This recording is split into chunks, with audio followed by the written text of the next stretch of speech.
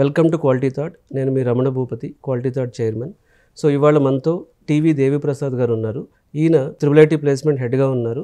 So ఎన్నో వేల మందికి టాప్ ఐటీ కంపెనీస్లో ప్లేస్మెంట్స్ ఇప్పించినటువంటి ఎక్స్పీరియన్స్ దేవిప్రసాద్ గారికి ఉంది. ఇవాళ ఆయనతో మనకు ఇంజనీరింగ్ జాయిన్ అవబోయే విద్యార్థులు, ఇంజనీరింగ్ చదువుతున్న విద్యార్థులు, అలాగే ఇంజనీరింగ్ అయిపోయి ప్లేస్మెంట్ రాని విద్యార్థులకి సో ఈ ప్లేస్మెంట్స్ గురించి, ఐటీలో ట్రెండ్స్ గురించి, అసలు ఐటీ ఇండస్ట్రీలో ఏం జరుగుతుంది, రెసెషన్ ఎఫెక్ట్ ఎలా ఉంది, ఆర్టిఫిషియల్ ఇంటెలిజెన్స్ ఏం చేస్తుంది, అసలు ఇంటర్ అయిపోయిన తర్వాత ఏ కాలేజ్ జాయిన్ అవ్వాలి, ఇలాంటి చాలా విషయాల గురించి మనకు సజెషన్స్ ఇవ్వడానికి మన స్టూడియోకి వచ్చారు. సో దేవిప్రసాద్ గారు నమస్తే అండి. నమస్కారం. ఇప్పుడు చాలామందికి చాలా డౌట్స్ ఉన్నాయండి. మీ అనుభవంతో, మీరు త్రిబుల్ ఐటీలో కానీ ఇంతకుముందు చాలా రిప్యూటెడ్ ఆర్గనైజేషన్స్లో చేసిన మీ ఎక్స్పీరియన్స్తో మీ అనుభవాలు అనేవి వాళ్ళకి చాలా హెల్ప్ అవుతాయి. సో అసలు ఫస్ట్ మీ గురించి, మీ ప్రొఫైల్ గురించి చెప్పండి సార్. నేను ప్రస్తుతం ట్రిపుల్ ఐటీ హైదరాబాద్లో హెడ్ ప్లేస్మెంట్స్గా పనిచేస్తున్నానండి. గత 15 ఏళ్ళ నుంచి పనిచేస్తున్నాను.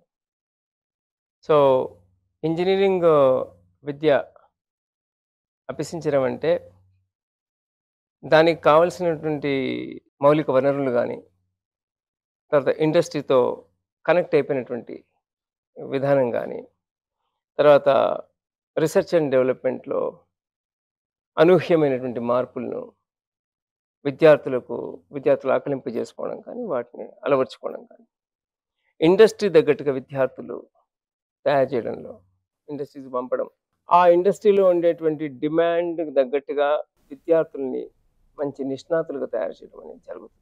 విత్తముకు పనికిరాని విద్య ఉత్త విద్య అని అంటాను నేను ఇప్పుడు. అంటే ఈరోజు ఒక కోర్స్ చేస్తున్నారు ఒక స్టూడెంట్ అన్నప్పుడు, ఆ కోర్స్ అనేటువంటిది రేపు ఇండస్ట్రీలో దానికి ఉన్న డిమాండ్ ఏంటి, సప్లై ఏంటి, తర్వాత అది ఎంతకాలం పాటు ఆ యొక్క కోర్స్ అనేటువంటిది దానికి విలువ ఉంటుంది, ఏ కోర్సులు చేయడం వల్ల మాకు ఉద్యోగ ఉపాధి అవకాశాలు రావడం అనేది జరుగుతుంది అనేటువంటి విషయం మీద సమగ్రమైనటువంటి ఆలోచన ధోరణి విద్యార్థుల్లో నేను నింపుతాం. అంటే వాళ్ళని ఆ విధంగా తయారు చేస్తుంటాం. అంటే ఫ్రీక్వెంట్గా ఇండస్ట్రీ ఎక్స్పర్ట్స్ రావడం, ఇండస్ట్రీ ఎక్స్పర్ట్స్ మాట్లాడడం కానీ. సో ఇప్పుడు ప్లేస్మెంట్స్ ట్రెండ్ ఎలా ఉందండి? ఇప్పుడు మీరు త్రిబుల్ ఐటీ ప్లేస్మెంట్స్ హెడ్గా ఉన్నారు. అసలు ప్రజెంట్ ఎలాంటి కంపెనీస్ హైర్ చేస్తున్నారు, వాళ్ళు ఎలాంటి స్కిల్స్ చూస్తున్నారు, వాళ్ళు ఎలాంటి ప్యాకేజెస్ ఆఫర్ చేస్తున్నారు? ఎందుకంటే ప్రతి ఇంటర్మీడియట్ అయిపోయిన పిల్లలు కూడా వాళ్ళు అసలు ఏ కాలేజ్ సూట్ చేసుకోవాలి, ఏ కాలేజ్ సెలెక్ట్ చేసుకోవాలి, ఏ బ్రాంచ్ సెలెక్ట్ చేసుకోవాలి, ఇప్పుడు ట్రెండ్ ఎలా ఉందని చాలా కన్ఫ్యూజన్లో ఉన్నారు. అసలు ఇప్పుడు ట్రెండ్ ఏం జరుగుతుంది? 2024లో ప్లేస్మెంట్స్ ఎలా ఉన్నాయి? కోవిడ్ టైంలో చాలామందిని ఎంప్లాయీస్గా రిక్రూట్ చేసుకోవడం వల్ల corporates overfloating of the employees in the organisations. అప్పుడు దానివల్ల ఏమైపోయిందంటే ఇప్పుడు చాలామంది కూడా లే ఆఫ్స్ కూడా చాలా మీరు వింటూనే ఉన్నారు. లే ఆఫ్ జరుగుతూనే ఉన్నాయి కార్పొరేట్స్లో. అంతేకాకుండా లే ఆఫ్స్ ఈ టైంలో, ఈ వెరీ బ్యాడ్ సిచ్యువేషన్స్లో, ఈ జియోపొలిటికల్ అన్సర్టెనిటీ అనుకోండి, ఇన్ఫ్లేషను, వడ్డీ రేట్లు పెరగడం వల్ల ఇన్వెస్ట్మెంట్స్ చేయకపోవడం, ఈ కారణాల వల్ల ఏమైపోయిందంటే కార్పొరేట్స్ రిక్రూట్మెంట్ హైరింగ్ అనేది తగ్గింది కానీ తీసుకోవడం లేదని కాదు, తగ్గిపోయింది. ఇంకోటి శాలరీస్ కూడా దాదాపుగా తగ్గించారు. దాదాపుగా 2025 మార్చ్, ఏప్రిల్ ఆ టైం వరకు కొనసాగే అవకాశాలు ఉన్నాయి. అంటే ఇప్పుడు 24 నవంబర్కు అమెరికాలో ఎలక్షన్స్ ఉన్నాయి. ఎలక్షన్స్ అయిన తర్వాత మళ్ళీ కొత్త గవర్నమెంట్ వస్తుంది.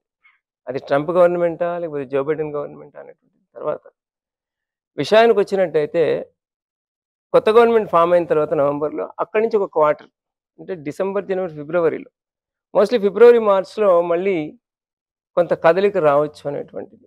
అంటే ఈ సైకిల్ అనేటువంటిది ఎప్పుడు ఉంటుందండి. ఈ ఆర్థిక మందగమనం అనేటువంటిది ఏది ఉందో ప్రతి 10 ఏళ్ళకోసారి జరుగుతూనే ఉంటుంది. ఇది మనకు గతంలో మనం చూసినట్టయితే 2008-9లో కూడా Lehman brothers, Merrill Lynch collapse కావడం, అంతకుముందు Y2K ఇష్యూ ఉంది, 2000లో Y2K ఇష్యూ ఉంది, బబుల్ బర్స్ట్, ఇవన్నీ జరిగినాయి. ఇప్పుడు ఈ 2020 నుంచి 22 నుంచి ఈ యొక్క ఆర్థిక మందగమనం. ప్లస్ ఇది ఐటీ ఇండస్ట్రీ కాదు కదండి, ప్రతి ఇండస్ట్రీకి సహజమైన విషయం ఇది. ఒక 7-8 ఇయర్స్ తర్వాత రిపుల్ ఎఫెక్ట్ అండి, రిపుల్ ఎఫెక్ట్. ఇప్పుడు ఏంటంటే ఐటీ రంగం ఎఫెక్ట్ అయితే ఓన్లీ ఐటీ రంగం ఎఫెక్ట్ అవుతుందా అంటే కాదు, వాణిజ్య రంగం కూడా ఎఫెక్ట్ అవుతుంది. అంతే కదండి. ఎక్స్పోర్ట్స్ ఇంపోర్ట్స్ తగ్గిపోతాయి, రియల్ ఎస్టేట్ ఎఫెక్ట్ అవుతుంది. అంటే ఈ రిపుల్ ఎఫెక్ట్ అనేటువంటిది ఒక డిఫరెంట్ ఏరియాస్‌లోకి వెళ్ళిపోతుందనంట. అన్ని ఏరియాస్‌ని టచ్ చేస్తుందంట ఒక రిపుల్ ఎఫెక్ట్ అనేది. సో, ఆహ్, ఇది ఎప్పటికి ఇలాగే ఉండదనుకోండి. సో, తర్వాత ఆర్థిక మందగమనం నుంచి బయటకొచ్చిన తర్వాత మళ్ళీ కార్పొరేట్స్ మళ్ళీ కొత్త కొత్త కార్పొరేట్స్ రావడం జరుగుతుంది. మళ్ళీ హైరింగ్ గూడా మళ్ళీ ప్రారంభమవుతుంది. సో, మంచి రోజులు గూడా మళ్ళీ రాబోతున్నాయండి. అటువంటిదేం లేదు. దేవిప్రసాద్ గారు, ఇప్పుడు మనకి చాలా స్టూడెంట్స్ కొన్ని రిప్యూటెడ్ కాలేజెస్లో మనకి 1 crore ప్యాకేజ్ వచ్చింది, 2 crore ప్యాకేజ్ వచ్చింది, 80 lakhs ప్యాకేజ్ వచ్చింది, 50 lakhs వచ్చింది, అమెజాన్ వాళ్ళు తీసుకున్నారు, ఇట్లా వింటూ ఉంటామండి. సో అసలు ఈ ప్యాకేజ్ గేమ్ ఏంటి? అసలు ఈ ప్యాకేజ్ అనేది ఎంతమందికి వస్తాయి కాలేజీలో? అసలు ప్యాకేజ్ హైయెస్ట్ ప్యాకేజ్ రావడం అనేది మంచి విషయం. ఈ హైయెస్ట్ ప్యాకేజ్ రావడం అనే దానికి ఏం చేయాలి? ఒక స్టూడెంట్ ఉన్నాడు, ఒక స్టూడెంట్ హైయెస్ట్ ప్యాకేజ్ తెచ్చుకోవాలంటే ఏం చేయాలి? అది హైయెస్ట్ ప్యాకేజెస్ ఎలాంటి కంపెనీస్ ఆఫర్ చేస్తున్నాయి? నేను ఇంతకుముందు కూడా నేను చెప్పాను మీకు. Demand and supply.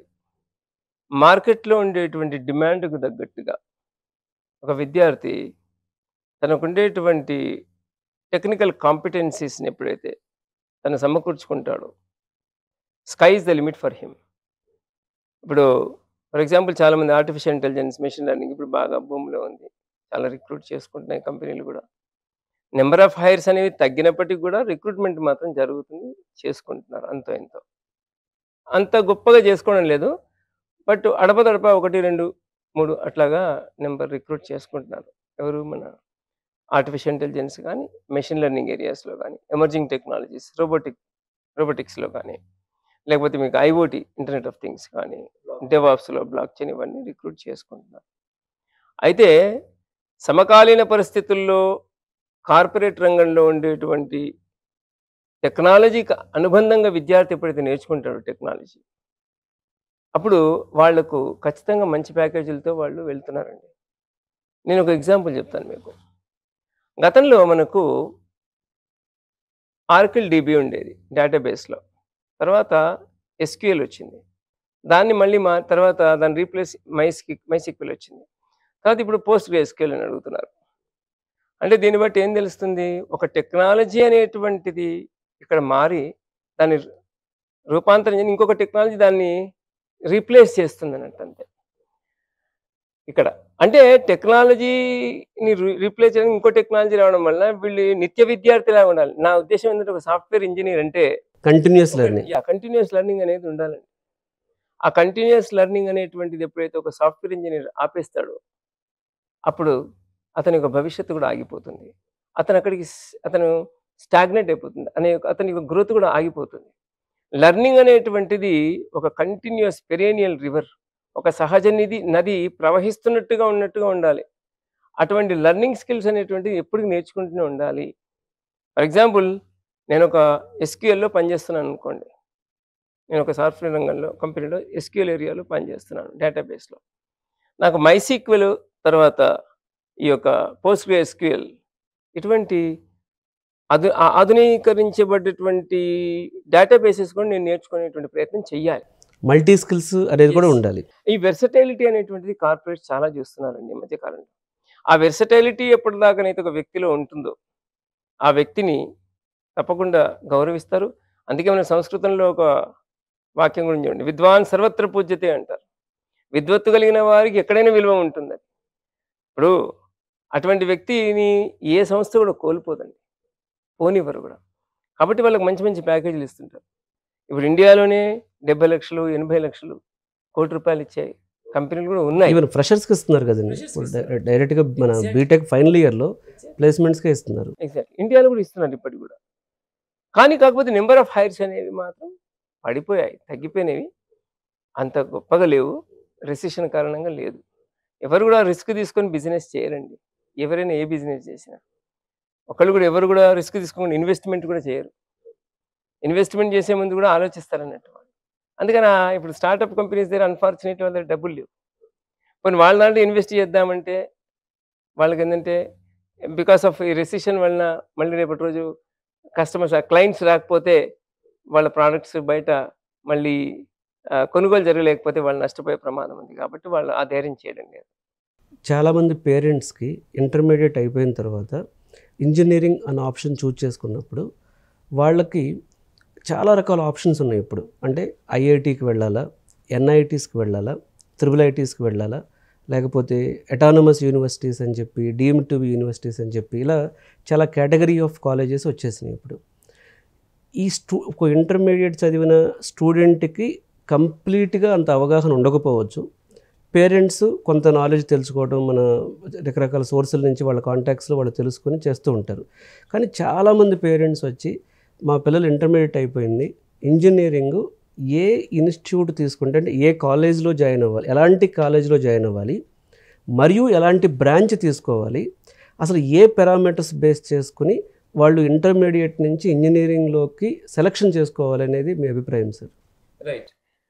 చూడండి, ఇప్పుడు గత 20 ఏళ్ల నుంచి ఒకవేళ ఇంజనీరింగ్ కాలేజీలన్నింటినీ పరిశీలించినట్టయితే మీకు కొత్త కొత్త ఐఐటీస్ రావడం జరిగింది, కొత్త కొత్త ట్రిపుల్ ఐటీస్ రావడం కూడా జరిగింది, అలాగే కొత్త ఎన్ఐటీస్ కూడా రావడం జరిగింది. అంటే ఇంజనీరింగ్ కాలేజీల సంఖ్య పెరుగుతుంది, ప్రైవేట్ డీమ్డ్ యూనివర్సిటీస్ యొక్క సంఖ్య కూడా పెరుగుతుంది, అట్లే స్టేట్ యూనివర్సిటీస్ పెరుగుతున్నాయి. అట్లాగే మనకు కొన్ని కొన్ని అటానమస్ కాలేజెస్ కూడా, డిగ్రీ కాలేజ్, మంచి ఇంజనీరింగ్ కాలేజీలు కూడా అటానమస్ స్టేటస్కు వెళ్ళిపోయాయి మంచి పర్ఫార్మెన్స్ వల్ల. కొన్ని అటానమస్ కాలేజెస్ కూడా అవి డీమ్డ్ యూనివర్సిటీ కూడా కన్వర్ట్ అయ్యాయి మన స్టేట్లో, చూసారు. అంటే కాలేజీల్లో మౌలిక వసతులు, మొట్టమొదటి తల్లిదండ్రులు గమనించాల్సింది ఏంటంటే చాలా ముఖ్యమైనది, మౌలిక వసతులు ఒకటి. 2, వాళ్ళు ఇండస్ట్రీతో ఎంత కనెక్ట్ అయి ఉన్నారనేటువంటిది రెండో పాయింట్. మొట్టమొదటి మౌలిక వసతులు, అసలు ఇన్ఫ్రాస్ట్రక్చర్ బాగుందా లేదా, అక్కడ ల్యాబ్స్ ఎన్ని ఉన్నాయి, ల్యాబ్స్తో పాటు రెండోది ఇండస్ట్రీతో కనెక్ట్ అయ్యి వాళ్ళు కలిసి పనిచేస్తున్నారా లేదా అనేటువంటిది. ప్రతి ఒక ఇంజనీరింగ్ ఇన్స్టిట్యూషను కొంత కొలాబరేషన్ పెట్టుకోవాలండి. అంటే కార్పొరేట్స్తో కొలాబరేట్ చేయాలి, దాన్ని సింబయాటిక్ ఎన్విరాన్మెంట్ అది క్రియేట్ చేయాలి. సింబయాసిస్ అంటే సహజీవనం చేయడం. అసలు ఇంజనీరింగ్ కాలేజీలు కార్పొరేట్స్ను ఈ రెండు కూడా ఎట్లా ఉండాలి అంటే ఫ్లోరా అండ్ ఫానా. మన ప్రపంచంలో ఎట్లా అంటే ఈ ఏదే మనకు జంతుజాలము వృక్షజాలం తీసుకున్నట్టయితే పరస్పరము ఆక్సిజన్ వీళ్ళు ఇది సప్లై చేసినట్టయితే కార్బన్ డైఆక్సైడ్ జంతుజాలం సప్లై చేస్తుంది. అట్లాంటి అవినాభావ సంబంధం, అటువంటి రకమైన సింబయాటిక్ కనెక్షన్ అనేటువంటిది ఎప్పుడైతే ఇండస్ట్రీ ఇన్స్టిట్యూషన్ మధ్య జరుగుతుందో అప్పుడు అవి ఫ్లరిష్ అవుతాయి. ఆ పాయింట్ బాగా గమనించాలి. పేరెంట్స్ ఎప్పుడైతే engineering college Telangana engineering college చాలా బాగుందండి, గేట్ బాగుంది బాగుంది అని ఏది ఫ్రాస్కేట్ బాగుంది, క్లాస్ రూమ్లు బాగున్నాయి, అది కూడా కాదు. అది అయిపోయింది, అదొక పాయింట్. మౌలిక వస్తువులు ఏ విధంగా ఉన్నాయి. రెండోది ఏంటంటే ముఖ్యంగా గమనించాల్సింది ఇండస్ట్రీ కనెక్ట్ అయిందా లేదా అనేటువంటిది. ఎందుకు ఇండస్ట్రీ కనెక్ట్ అంటే ఈ కొలాబరేషన్స్ ద్వారా వాళ్ళు ఎవరైనా గెస్ట్ టాక్స్ పిలుస్తున్నారా, ఎన్ని గెస్ట్ టాక్స్ అరేంజ్ చేస్తున్నారు, ఎన్ని సెమినార్స్ చేస్తున్నారు, వర్క్షాప్స్ ఏమైనా చేస్తున్నారా, అట్లాగే ప్లేస్మెంట్స్ ఏమైనా చేస్తున్నారా, ఇంటర్న్షిప్స్కి ఏమైనా పంపిస్తున్నారా లేదా, ఇంటర్న్షిప్ పంపిస్తే ఎంతకాలం పంపిస్తున్నారు, ఇది చాలా చాలా ఇంపార్టెంట్ ఫ్యాక్టర్ అండి. Second factor.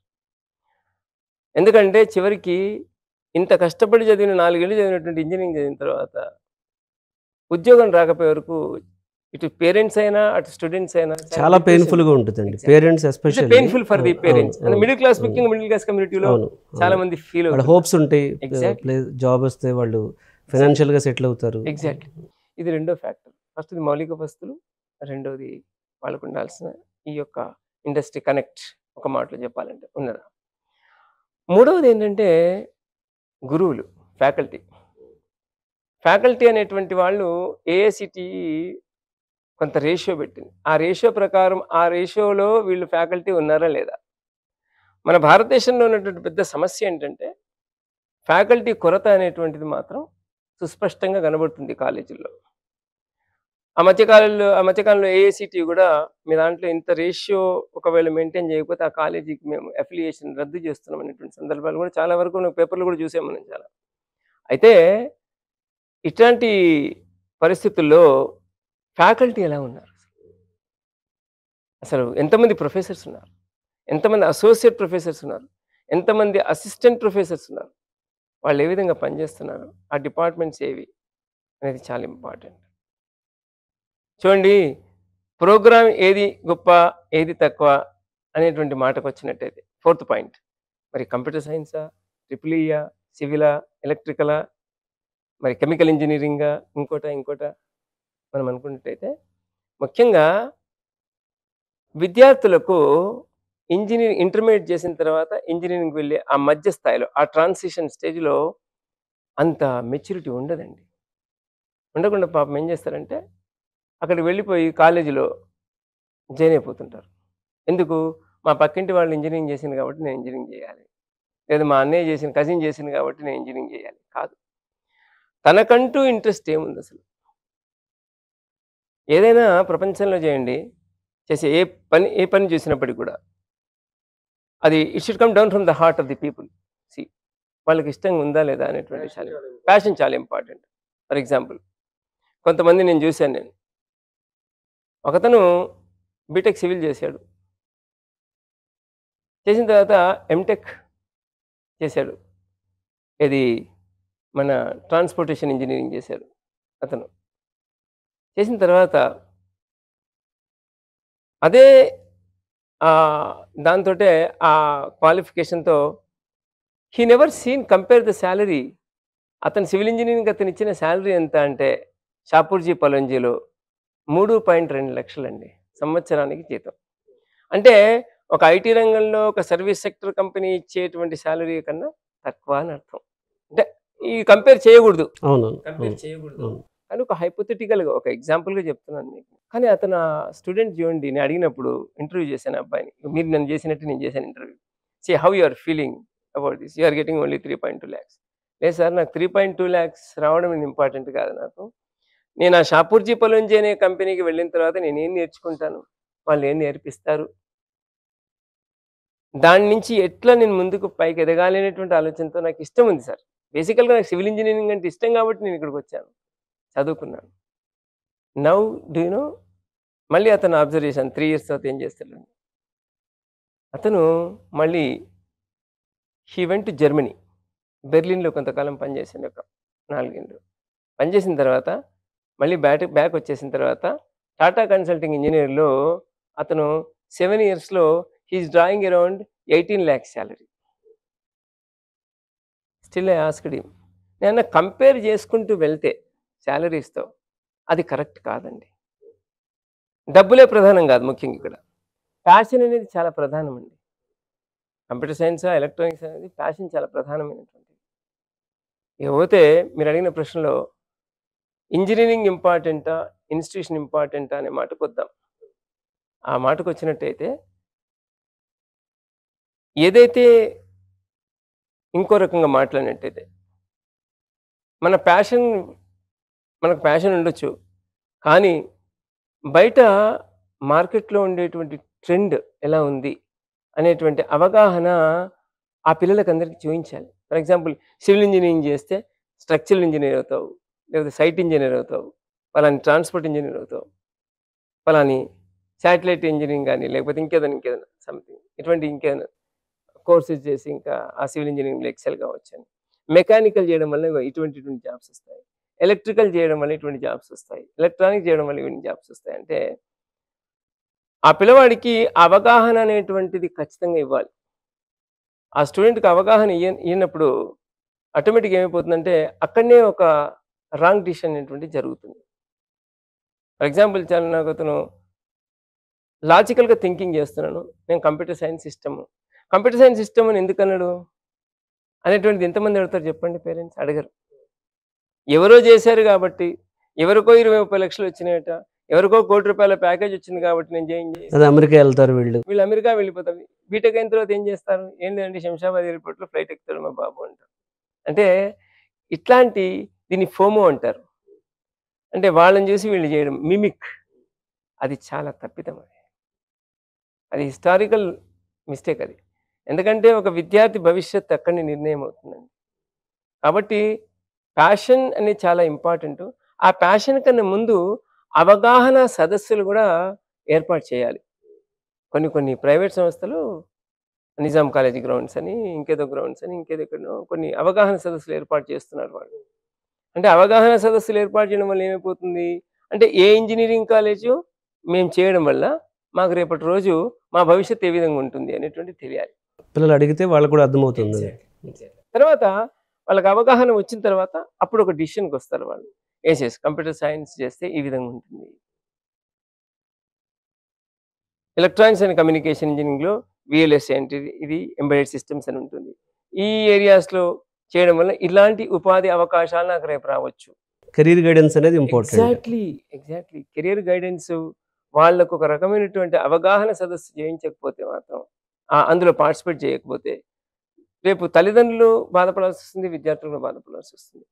కాబట్టి ఇంజినీరింగ్ ఇన్‌స్టిట్యూషన్ కన్నా తన జీవితాంతం తనతో వచ్చేది తను చేసినటువంటి డిగ్రీ. రేపటి రోజు ఒక 10 ఏళ్ళు అయిన తర్వాత ఇప్పుడు మీరు నన్ను అడిగారు. మీరేంటి అని అడిగారు అంతే. కానీ మీరు ఎక్కడ చదువుకున్నారు అని అడగరు. అంటే ఏం చదివారని కూడా అడగరు. అంటే you are excelling in that field. మీరు బాగా ఎక్సెల్ చేస్తున్నారు ఆ ఫీల్డ్‌లో అంటే ఇంకా మీకు అవసరం లేదు, ఇంకా డిగ్రీతో ప్రమేయం లేదు. ఇంకొకటి ఏంటంటే న్యూ ట్రెండ్ ఏంటంటే గత కొంతకాలంలో ఇది వెస్టర్న్ యొక్క ఇన్‌ఫ్లూయెన్స్ అయిందనుకోండి. కొంతమంది డ్రాప్ ఔట్ స్టూడెంట్స్ కూడా స్టార్టప్ కంపెనీస్ పెట్టేసి వాళ్ళు ఎక్సెల్ అయిపోయి వాళ్ళే ఒక చాలా మందికి 50, 60 మందికి విద్యార్థులకు ఎంప్లాయ్‌మెంట్ ఇప్పిస్తున్నారు. Yes, I have seen that. Passion ఇక్కడ మీరు కూడా మళ్ళీ అది ప్యాషన్.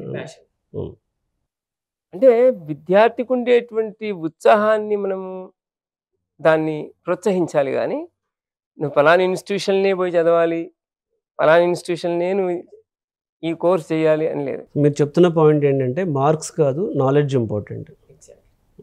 అతనికి ఏదైనా చేయాలన్న కసి అనేది ఫైర్ ఉండాలి. ఆ ఫైర్ ఉండాలి. నేను ఒకటే అంటాను. యూనివర్సిటీ ఇచ్చే డిగ్రీ ఏంటంటే ఒక లైసెన్స్ లాంటిది. Yes, you are a license holder saying that you are a qualified person in this subject. ఈ ఏరియాలో మీరు క్వాలిఫైడ్ పర్సన్ అని మీకు చిన్న ఒక పట్టా ఇస్తుంది యూనివర్సిటీ. ఆ పట్టాతో జాబ్స్ రావండి. నాకు పట్టాతో జాబ్స్ వచ్చినట్టయితే మొత్తానికి 100 మందికి అందరికి జాబ్స్ రావాల్సిందే. కానీ దానికన్నా ముఖ్యమైనటువంటిది ఏంటంటే, చాలా ముఖ్యమైనటువంటిది ఏంటంటే ప్యారలల్లీ అతను చదువుకునేటప్పుడే ఫస్ట్ ఇయర్ నుంచే అసలు ఎట్లా ప్రిపేర్ కావాలి, క్యాంపస్ రిక్రూట్మెంట్స్‌కో, ప్లేస్‌మెంట్స్‌కో, ఎట్లాంటి టెక్నాలజీ ఇప్పుడు డిమాండ్ ఎక్కువ ఉంది. ఆ డిమాండ్ టెక్నాలజీని ఒకవేళ ఈ సిలబస్‌లో లేకపోతే వాటిని ఎక్కడి నుంచి నేర్చుకోవాలి, ఇవన్నీ కూడా చాలా ఇంపార్టెంట్. ఇవన్నీ కరెక్ట్ పాయింట్ అండి. ఇప్పుడు మీరు చాలా క్లియర్గా చెప్పారు ఇంటర్మీడియట్ తర్వాత ఎలాంటి కాలేజ్ చూజ్ చేసుకోవాలి, ఎలాంటి బ్రాంచ్ చూజ్ చేసుకోవాలి అనేది. ఇప్పుడు ఇంజనీరింగ్లో జాయిన్ అయ్యారండి. ఈ 4 ఇయర్స్ టైంని ఎలా ప్లాన్ చేసుకుంటే వాళ్ళు మంచి నాలెడ్జ్ గెయిన్ చేయగలుగుతారు, వాళ్ళు మంచిగా లైఫ్లో ముందుకెళ్ళగలుగుతారు, మంచి ప్లేస్మెంట్ తెచ్చుకోగలుగుతారు. సో ఈ 4 ఇయర్స్ ఇప్పుడు చాలా అవేర్నెస్ పెరిగిందండి. మా దగ్గర కూడా వచ్చి ఇప్పుడు ఫస్ట్ ఇయర్ అయిపోయిన తర్వాత ఏదైనా కోర్సెస్ చేస్తాం, బీటెక్ సెకండ్ ఇయర్ నుంచే మినీ ప్రాజెక్ట్స్ అని ఇవన్నీ వచ్చినాయి. సో బీటెక్ టైం అనేది ఎలా ఫ్రేమ్ చేసుకుంటే మీ అనుభవం ప్రకారం స్టూడెంట్కి మంచి స్థానానికి వెళ్ళడానికి బాగుంటుంది? ముఖ్యంగా ఇంజనీరింగ్ రాగానే పాపం అంటే వాళ్ళ స్టూడెంట్స్ యొక్క సైకాలజీ ఎట్లుంటుందంటే ఇంకా మేము ఫ్రీ బర్డ్స్ అయిపోయినాం అనుకుంటారు. కానీ నిజంగా చెప్పాలంటే అది వాళ్ళ యొక్క జర్నీకి నాంది ప్రస్తావన. అక్కడి నుంచి వాళ్ళ యొక్క జర్నీ బిగిన్ అవుతుందంట యాక్చువల్‌గా. ప్రొఫెషన్ బిగిన్ అవుతున్నట్లే ఇంచుమించు. అక్కడి నుంచి నేను ఇంజనీరింగ్ చేస్తున్నాననేటువంటి ఫీలింగ్ కన్నా అసలు మనకు పంచవర్ష ప్రణాళిక అంటారు కదా! అట్లాంటి ప్రణాళికాబద్ధమైనటువంటి విద్యార్థులందరూ కూడా పైకొస్తారు. అంటే నెక్స్ట్ 4 ఇయర్స్ తర్వాత ఎప్పుడు సీనియర్స్‌తో కనెక్ట్ అయ్యి ఉండడం. ముఖ్యంగా పాస్డ్ ఔట్ అయిన ఆలుమ్నితో కనెక్ట్ అయ్యి ఉండడం. కార్పొరేట్స్ వచ్చి వెళ్తుంటే వాళ్ళని అబ్జర్వ్ చేయడము. కార్పొరేట్స్ యొక్క టాక్స్‌ను వినడం. ఫస్ట్ ఇయర్ వాళ్ళని కూడా అలో చేయొచ్చండి. టాక్స్‌కి వచ్చి కూర్చుంటారు. వాళ్ళు కూడా వినాలి. అసలు క్యాంపస్ రిక్రూట్మెంట్స్‌లో వాళ్ళు ఇచ్చేటువంటి తర్ఫీదు, ట్రైనింగ్ ఎట్లా ఉంటుంది, మా సీనియర్స్‌కి ఏం ట్రైనింగ్ ఇస్తున్నారు అని ఫస్ట్ ఇయర్‌లో నేను తెలుసుకుంటే అతను తన యొక్క సిలబస్ డిగ్రీ కోసం చదవడం కాకుండా ఉద్యోగాన్ని దృష్టిలో పెట్టుకొని చదివేటువంటి విధానాన్ని అలవర్చుకుంటాడు అతను. కాబట్టి అది ఫస్ట్ ఇయర్ నుంచే స్టార్ట్ అయి ఉండాలి. మనకు ఏదో రేపు ఎగ్జామ్ అనంగానే ఈరోజు బుక్ పట్టుకొని కూర్చున్నట్టు, రేపు రిక్రూట్మెంట్ అనంగానే ఈరోజే నేను చదువుతాను సిలబసు, ఆ జాబ్ డిస్క్రిప్షన్ చూసేసి ఆ జాబ్ ప్రొఫైల్‌లో చెప్తారు. మాకు ఈ కాంపిటెన్సీస్ కావాలి, ఈ ఫ్రేమ్ వర్క్స్, ఈ లైబ్రరీస్, ఈ యొక్క లాంగ్వేజెస్లో పట్టున్నటువంటి విద్యార్థులు మాకు కావాలి అని చెప్పేసి కార్పొరేట్స్ అడుగుతూ ఉంటారు. అంటే అది చూసేసి ఈ రాత్రి నేను చదివేస్తాను అంటే మాత్రం అది చాలా తప్పిదం. అదేదో అవగాహన ఫస్ట్ ఇయర్ ఆఫ్ బీటెక్ నుంచే ఉండాలి. మొదటి సంవత్సరం బీటెక్ నుంచే అవగాహన అనేటువంటిది ఉండి, అవగాహన తగ్గట్టుగా అంటే కార్పొరేట్స్ ఏమడుగుతున్నారు, దాని తగ్గట్టుగా నేను ఏం ప్రిపేర్ కావాలి అనే దాంట్లో భాగంగా ఆ కంటిన్యూయస్ పర్స్యూరెన్స్, ఆ కంటిన్యూటీ అనేటువంటిది ఎప్పటికీ ఉంటుండాలి వాళ్ళు. అది ఎట్లా అంటే ఎప్పటికీ తన సీనియర్స్‌తో కనెక్ట్ కావడం. నేను ఇంతకుముందు చెప్పాను ఆలుమినితో కనెక్ట్ కావడం. కానీ ఏదైనా వచ్చి టాక్ ఇచ్చినప్పుడు ఆ టాక్ వినడము. అసలు what there expectations, corporate expectations ఏమున్నాయి అసలు? అవన్నీ కూడా ఎప్పటికప్పుడు నోట్ చేసుకుంటూ ఉంటుండాలి. సో ఇవన్నీ కాకుండా కూడా క్యాంపస్ రిక్రూట్మెంట్ ట్రైనింగ్ చాలా వరకు ఇంజినీరింగ్ కాలేజీలు థర్డ్ ఇయర్‌లో పెడుతుంటారు. అయితే ఈ మధ్య కాలంలో కొన్ని అటానమస్ కాలేజెస్ కానీ, ఉస్మాన్ యూనివర్సిటీ, జేఎన్‌టీయూ అనుబంధ ఇంజినీరింగ్ కాలేజీలు కానీ చాలా వరకు అంత మంచి వాళ్ళు బాగా ఫస్ట్ ఇయర్ నుంచే వాళ్ళొక ఏదైతే ఇంజినీరింగ్ విద్యతో పాటు ఈ సాఫ్ట్ స్కిల్స్ ట్రైనింగ్ గానీ, ఈ క్యాంపస్ రిక్రూట్మెంట్ సీఆర్‌టీ గానీ, క్యాంపస్ రిక్రూట్మెంట్ ట్రైనింగ్ గానీ, స్టూడెంట్ డెవలప్‌మెంట్ ప్రోగ్రామ్స్ గానీ, తర్వాత మెంటరింగ్ సెషన్స్ గానీ, కార్పొరేట్స్‌ని ఇన్వైట్ చేసి వాళ్ళతో కొన్ని టాక్స్ పెట్టియడం గానీ, ఇవన్నీ కూడా ఫస్ట్ ఇయర్ నుంచి కూడా చేస్తున్నారండి కొన్ని కాలేజెస్. ఈ మెల్లమెల్లగా ఇంజినీరింగ్ కాలేజ్ అన్నీ కూడా ఆ అభివృద్ధి పదంలో ఉన్నాయి మన స్టేట్‌లో అయితే. కానీ ఒక విషయం చెప్పండండి. ఇప్పుడు ఒక 10 లక్షల మంది ఇంజినీరింగ్ చదివి బయటకొస్తుంటే ఎంత పర్సంటేజ్ ఆఫ్ పీపుల్‌కి జాబ్స్ వస్తాయి? ఒక 5% మార్కెట్‌లో 10% పీపుల్ క్యాంపస్‌లో జాబ్స్ వస్తున్నాయి. ఈ మిగిలిన 90% కావచ్చు, 80% కావచ్చు, మీ దగ్గర ఎగ్జాక్ట్ నెంబర్స్ ఉండొచ్చు. వీళ్ళు బయటకెళ్ళి మళ్ళీ కోర్సెస్ చేసి మళ్ళీ 2-3 ఇయర్స్ గ్యాప్ వచ్చి స్ట్రగుల్ అయ్యి రిఫరెన్స్‌లని, కన్సల్టెన్సీలని, ఇన్‌స్టిట్యూట్‌లని మళ్ళీ తిరిగి చాలా స్ట్రగుల్ అవుతూ వాళ్ళ పేరెంట్స్ ఎఫెక్ట్ అవుతూ వాళ్ళ డబ్బులు మళ్ళీ వేస్ట్ చేసుకుని ఇప్పుడు కాలేజీలకేమో వాళ్ళు లక్షలు కట్టి అంటే కట్టాం మనం, మాకు అక్కడ ప్లేస్మెంట్ రాలేదు. అది స్టూడెంట్ మిస్టేక్ కూడా ఉండొచ్చు. నేను కంప్లీట్గా ఇది ఇండస్ట్రీ తప్పు, ఇన్స్టిట్యూషన్ తప్పు, లేకపోతే స్టూడెంట్ ముగ్గురున్నారు ఇక్కడ. అయితే అసలు ఇంత తక్కువ పర్సంటేజ్ ప్లేస్మెంట్స్ రావడానికి ఏది రీజన్ అయి ఉండొచ్చండి? అంటే ఒకటండి, ఇప్పుడు ఒకటేంటంటే నేను ఇంతకుముందు మీకు చెప్పాను. ఒక ఇన్‌స్టిట్యూషన్‌లో మౌలిక వసతులతో పాటు వాళ్ళ కాలేజీకి వెళ్ళినప్పుడు అసలు వాళ్ళ కాలేజీలో campus recruitment training first year నుంచి స్టార్ట్ చేస్తుండ్రా, లాస్ట్ ఇయర్ నుంచి స్టార్ట్ చేస్తున్నారా అనేటువంటి చాలా ఇంపార్టెంట్. లేదా థర్డ్ ఇయర్‌లో చేస్తున్నారా, లేకపోతే లేదు ఈ సమ్మర్ వెకేషన్‌లో చేద్దామా అని. అంటే ఇంకొక ఛాలెంజ్ కూడా ఉందండి. ఫ్యాకల్టీ కొరత కూడా మనకు కొట్టొచ్చినట్టు కనబడుతుంది. ఎందుకంటే మీరు అడిగిన ప్రశ్నలో ఒక విషయం అడిగారు. ఎంతమంది ప్లేస్ అవుతున్నారు, ఎంతమంది ప్లేస్ కావడానికి. ఆ విషయానికి వచ్చినట్టయితే నాస్కామ్ ఇచ్చినటువంటి రిపోర్ట్ ప్రకారం 2023లో ఇచ్చిన రిపోర్ట్ ప్రకారం ఏంటంటే 22-23% వరకు మాత్రమే ప్లేస్మెంట్స్ ఇండస్ట్రీకి అనుబంధంగా తయారవుతున్నారు. అంటే వాళ్ళు ఇండస్ట్రీకి అనుకూలంగా తయారవుతూ చక్కని ప్లేస్మెంట్స్ తెచ్చుకుంటున్నారు. ఓవరాల్ ఇంజినీరింగ్ కాలేజ్ విషయం నేను చెప్పేది. మిగతా దాదాపుగా 77% అనుకోండి. ఇంకా ఆల్మోస్ట్ 23% ప్లేస్ అవుతున్నారు. 77% మాత్రం ప్లేస్ కాలేకపోతున్నారు. రీజన్ ఏంటంటే ఇక్కడ 2 ప్రధానమైన రీజన్స్ ఉన్నాయండి. ఒకటి అన్‌ఫార్చునేట్‌లీ ఫ్యాకల్టీ అనేటువంటి వాళ్ళు, ఈ ఫ్యాకల్టీ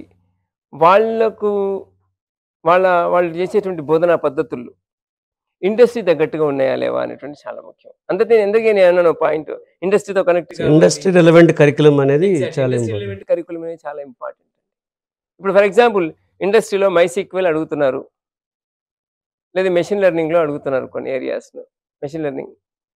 బట్ మెషిన్ లెర్నింగ్‌లో మీరు సూపర్వైజ్డ్, అన్‌సూపర్వైజ్డ్, సెమీ సూపర్వైజ్డ్ తర్వాత ఈ సిలబస్ అనేటువంటిది మీరు చెప్పలేరనుకోండి. ఆ కార్పొరేట్స్ వాళ్ళు రిక్రూట్ చేయడానికి ముందుకు రారు. బికాస్ అంటే ఇండస్ట్రీ బోధన అనేటువంటిది ఒక లెవెల్‌లో ఉంది. ఇండస్ట్రీ ఎక్స్‌పెక్టేషన్ ఇన్‌స్టిట్యూషన్ యొక్క బోధన ఒక లెవెల్‌లో ఉంది. Correct sir, 100%. ఇప్పుడు ఏఐలో తీసుకుంటే advanced LLM models already build చేసేసారు.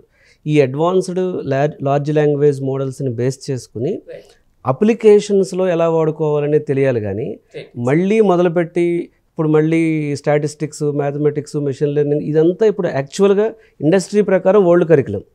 ఓల్డ్ కరికులం, ఇండస్ట్రీ ప్రకారం ఓల్డ్ కరికులం. ఎక్కడికి వెళ్ళిపోయిందంటే ఓకే, సో నీ దగ్గర డేటాబేస్ ఉంది, ఈ డేటాబేస్ని మా ఎల్ఎల్ఎం కనెక్ట్ చేస్తే అక్కడ కొన్ని ఏపీఐస్ రాసుకుంటే మేమే మీకు కోడ్ జనరేట్ చేస్తాం, మేమే డేటా జనరేట్ చేస్తాం అనేది.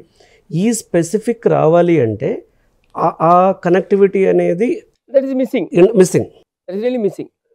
ఫర్ ఎగ్జాంపుల్ జెన్ఏఐ వచ్చింది, ఇప్పుడు ఎల్ఎల్ఎం వచ్చింది. మీరండి ఎల్ఎల్ఎం ముందు గతంలో చాట్ జీపీటీ అనేటువంటిది దట్ బికమ్ అబ్సల్యూట్ నౌ.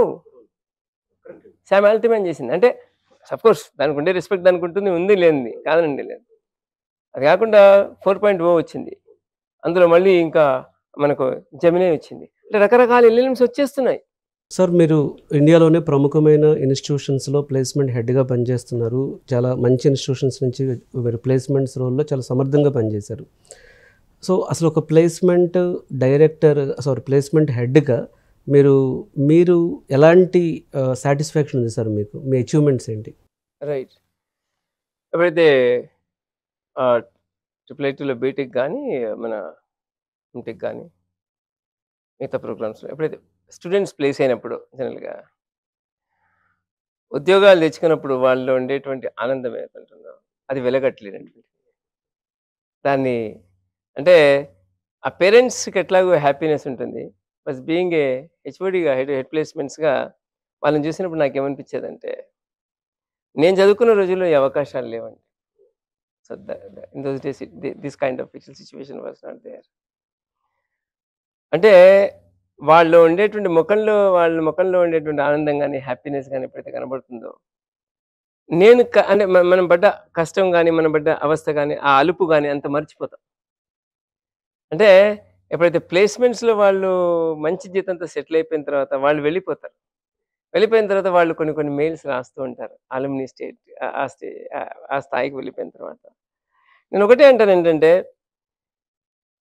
ఒక వ్యక్తిలో ఆనందాన్ని, హ్యాపీనెస్ని చూడడంలోనే నాకున్న సాటిస్ఫాక్షన్, ఆ సాటిస్ఫాక్షన్ ఇంకెక్కడ నాకు కనబడలేదు.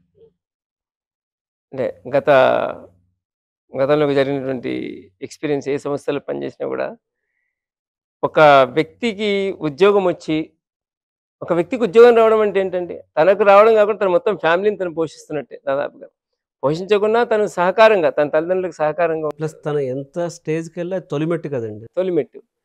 మొట్టమొదటిసారి ఒక ఇంజనీరింగ్ ఇన్స్టిట్యూషన్ నుంచి ఒక ఎంప్లాయ్మెంట్ స్థాయికి జరిగే ఆ ట్రాన్సిషన్లో ఆ విద్యార్థి లోపల ఉండేటువంటి, లేదా విద్యార్థిని లోపల ఉండేటువంటి మొహంలో జరిగేటువంటి ఆనందం, చూసిన ఆనందము అది మనం మాటల్లో చెప్పలేము, వెల కట్టలేము. అయితే ప్లేస్మెంట్ హెడ్స్ అందరికీ కూడా విన్నపం ఏంటంటే, ఇంజనీరింగ్ కాలేజ్ అందరూ కూడా ఒక కమిట్మెంట్తో, ఒక డెడికేషన్తో పనిచేయడం. నిజంగా ఒక వ్యక్తి పిహెచ్డి అంటే ఏంటంటే, నా దృష్టిలో డిఫరెంట్ డెఫినేషన్ అనుకోండి. పిహెచ్డి అంటే, పి అంటే ప్యాషన్, హెచ్ అంటే హార్డ్ వర్క్, డి అంటే డిటర్మినేషన్. ఏ వ్యక్తికైతే ఈ 3 లక్షణాలు ఉంటాయో వాళ్ళు పిహెచ్డీసే. వాళ్ళకు ముందు డాక్టర్ అని, డిఆర్ అని ఉండకపోవచ్చు.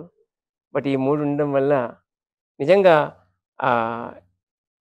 ఇది ఒక రకంగా బుక్స్లో ఎప్పుడైతే తెలుసుకున్నాను ఈ విషయం, ఈ మధ్య కాలంలో when I had a discussion with Arundhati Bhattacharya, chairperson of SBI.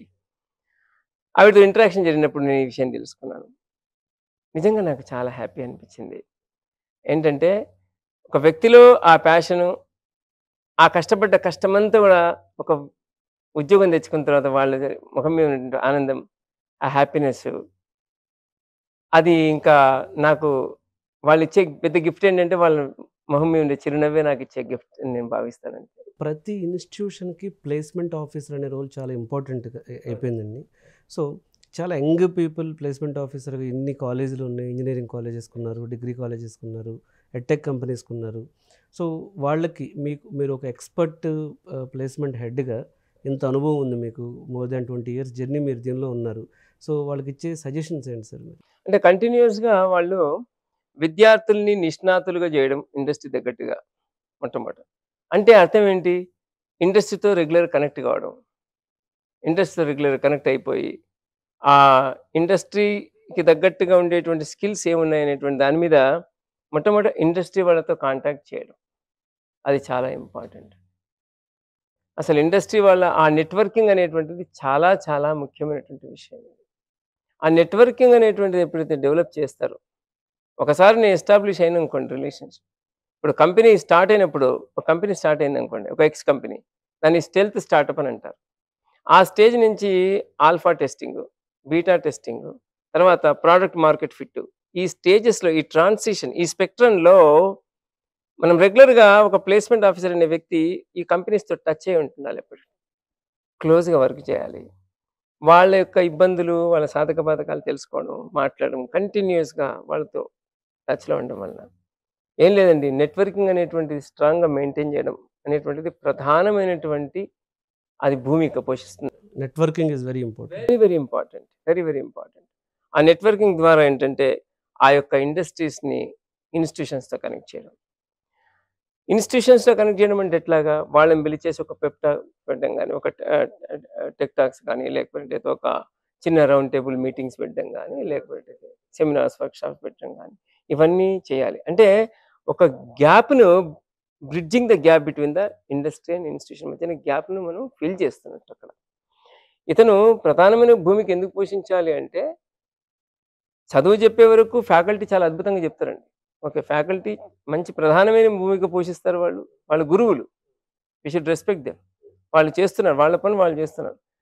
ఇతను ఒక మార్కెటింగ్ ఆఫీసర్ లాంటివాడు. ప్లేస్‌మెంట్ ఆఫీసర్ అంటే ఒక మార్కెటింగ్ ఆఫీసర్ లాంటిది.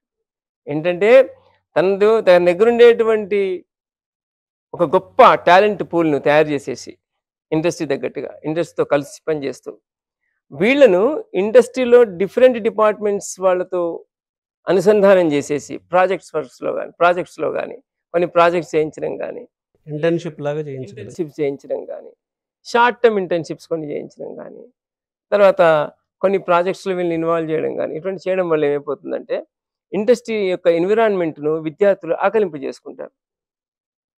ఇవన్నీ గూడా ఒక ప్లేస్‌మెంట్ హెడ్ గాని, అతను చేసేటువంటి ప్లేస్‌మెంట్.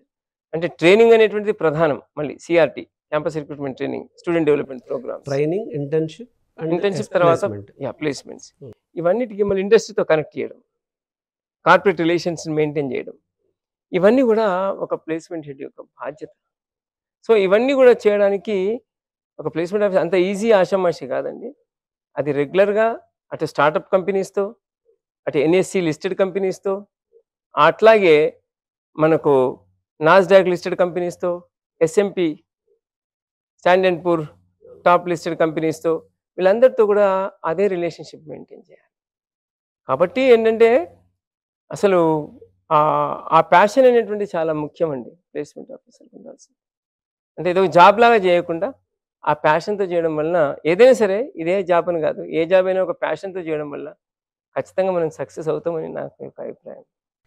సో, ఇవాళ మనకి దేవిప్రసాద్ గారు ఎలాంటి కాలేజ్ చూజ్ చేసుకోవాలి? ఎలాంటి బ్రాంచ్ చూజ్ చేసుకోవాలి? అసలు ప్లేస్‌మెంట్ రావాలంటే ఇంజినీరింగ్ చదివేటప్పుడు ఏం చేయాలి? ఇలాంటి చాలా వాల్యుబుల్ సజెషన్స్ ఇచ్చారు. Thanks for your input sir. ఇవి ఇంజినీరింగ్‌లో జాయిన్ అవ్వాలనుకుంటున్న, ఇంజినీరింగ్ చదువుతున్న ప్రతి స్టూడెంట్‌కి మీ ఇన్పుట్స్, మీ అనుభవాలను ఉపయోగపడతాయి. So, thanks to you for coming quality thought.